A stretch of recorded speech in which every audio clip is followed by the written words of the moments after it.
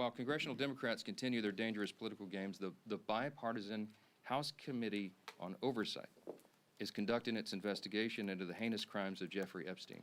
And it has continued. It has not stopped during the government shutdown. You have some of the, as I like to say, some of the toughest bulldogs in Congress on the Republican and Democrat side who are united in this cause for maximum transparency of the Epstein files. I'm for that. Chairman Comer is for that, the Oversight Committee chair. You'll hear from him in a moment. All these leadership team are, all the Republicans in the House are for maximum transparency and always have been. My good friend, Chairman James Comer, is going to give you an update on that shortly, but I just want to make a couple of key points very clearly before I bring him up here. Congressional Democrats are rudderless right now. I don't know how else to describe it. They don't have a message, they don't have a leader, they don't have any identifiable set of policy solutions for the problems facing the American people. Their party continues to hit all-time historic lows in poll after poll after poll, and many of you have reported on that. These are objective facts. They're utterly lost as a party, and everybody can see it. So what are they doing? They see a shiny object, and they latch onto it. Democrats did not say one word about the Epstein files for the entire Biden presidency. They had all the files in the Biden DOJ. They didn't say a word about it. 4 years, not a word. And suddenly now they somehow convince themselves that the Epstein files will be damaging to President Trump and Republicans in some way that they've imagined. And so they feign outrage. Let me be very clear about this. I've met with some of the Epstein victims. Some of these brave women have come forward. They were here on Capitol Hill, as you all know. We heard their stories. It's gut-wrenching. It's disgusting what they've been made to go through, and they bravely came forward.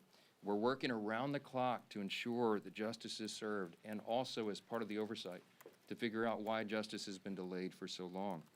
All credible information we will ensure is released to the public, and we also, at the same time, are fulfilling our responsibility to protect the innocent victims.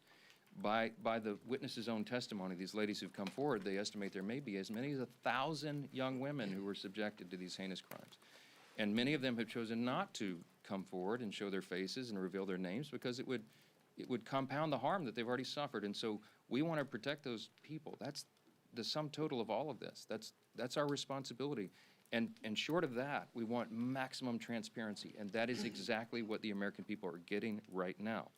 That oversight investigation, they're working around the clock, and here's what the latest update, if you're not keeping track.